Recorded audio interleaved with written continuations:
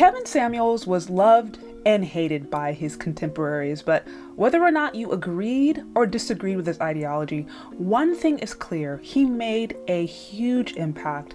He had a reach that was international, across genders, across races, across socioeconomic groups, and even after his passing, many of his ideas still live on, and it's largely because it was so relatable. One experience that he was able to articulate clearly was the tension that exists between Black men and Black women within America.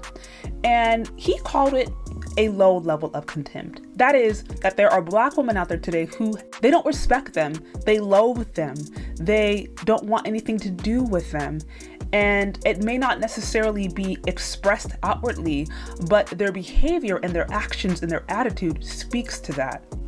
When I was reviewing the live that I did a couple of weeks ago over Paris Milan and her breakdown of Tyree Nichols, there was one section in particular that I thought really embodied this idea of low level of contempt and the kind of language and the kind of behavior that Black women exhibit when we move with that intention.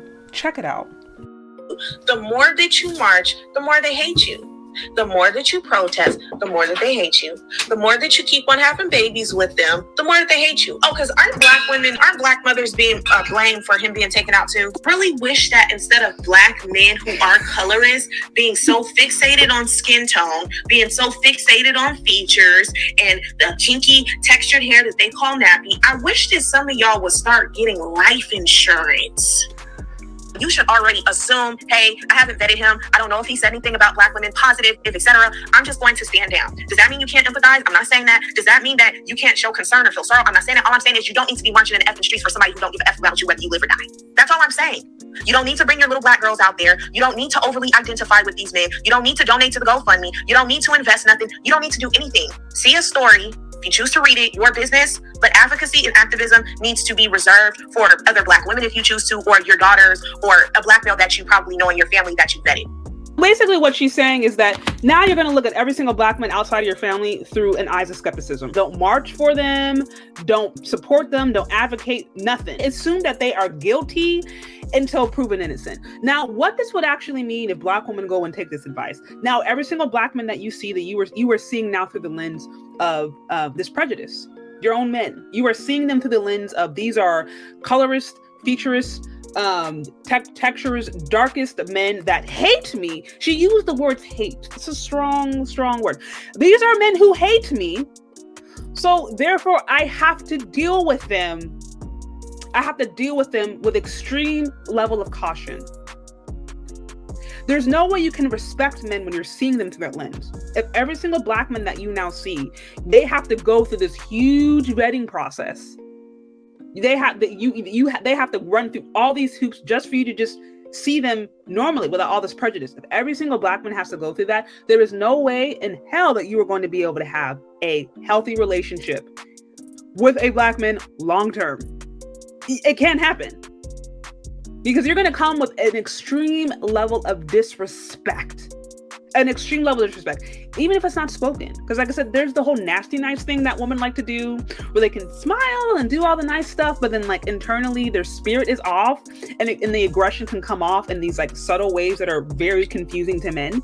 So there's that whole nasty nice persona that some you can start trying to put on. But if you have that disrespect in your heart, if you have that contention, if you have that anger in your heart, if you take this position with every single Black man and you have specifically chosen to see them as men who hate you. So now essentially what she's saying without saying is now see these men as your enemies because they hate you. If now Black men are your enemies, how can you now complain if they don't protect you?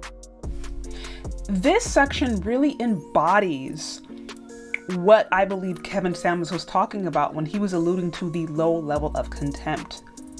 The relationship of Black men and Black women in the US is highly complicated, largely due to variables that we couldn't control, right? The hundreds of years of oppression that we had to navigate, and to this day are still navigating. That created a whole lot of different tension. And then on top of that, you have bad behavior, you have bad choices that have been made, you have an entire toxic culture that has been that has been fostered. And here we are today trying to make sense of this mess. And to me, what was so significant about this breakdown was not only how she was schooling the women on how to look at these men, but the different instructions she was giving them on how to treat them. Look at them all as colorists. Look at them all as futurists. Look at them all as essentially men that cannot be trusted. Assume that they are guilty until proven innocent. Women move that way. If women see men with their same complexion as guilty before proven innocent, of course that's going to bring contempt into the relationship. Of course that woman is not going to be able to respect you. Why? Because she doesn't trust you. Edward Anderson alluded to this in a recent video that I did, where he essentially broke down one of the reasons he believes that there is tension between Black men and Black women. And in his opinion, it really boils down to a sense of self-hatred. I absolutely believe that that does exist, because a lot of women that I hear complaining about colorism, featureism, texturism, at the same time go out promoting divesting, encourage women to swirl. Not to mention the recent sociological data that actually showed that Black women actually responded to white men first and then Black men secondarily. So yes, there is definitely something to unpack here. I do think some Black women struggle with self-hatred, but you have that elephant in the room, right? That many Black women have just not grappled with their own sense of self-hatred. And then you also have many of us who actually have had traumatizing experiences with Black men, whether it be our fathers, uncles, brothers, maybe boyfriends, exes, ex-husbands, teachers, people in the community, whatever it may be. There's unhealed trauma as it relates to Black men, on top of much of the self-hatred, in my opinion, that many of us carry. So of course this is going to create a sense of disrespect when you see men who reflect the very vision that you yourself hate.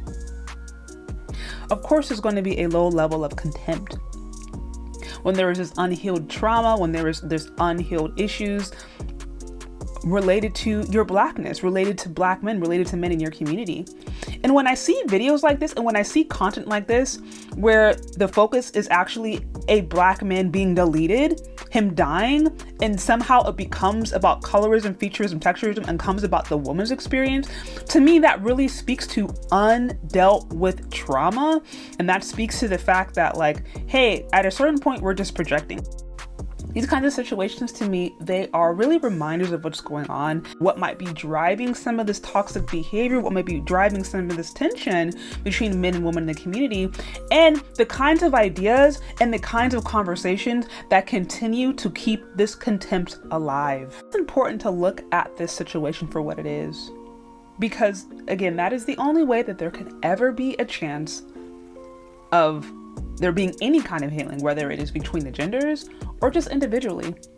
And I would say, as a woman, if you hold this position towards men, period, and especially towards men who share your complexion, then you have some things to unpack. You probably have some anger, some hatred, some pain, some trauma that needs to be addressed. There are absolutely colorist men out there. Yes, we know this. And also, by the way, there are absolutely colorist women. Both Black men and Black women have been negatively impacted.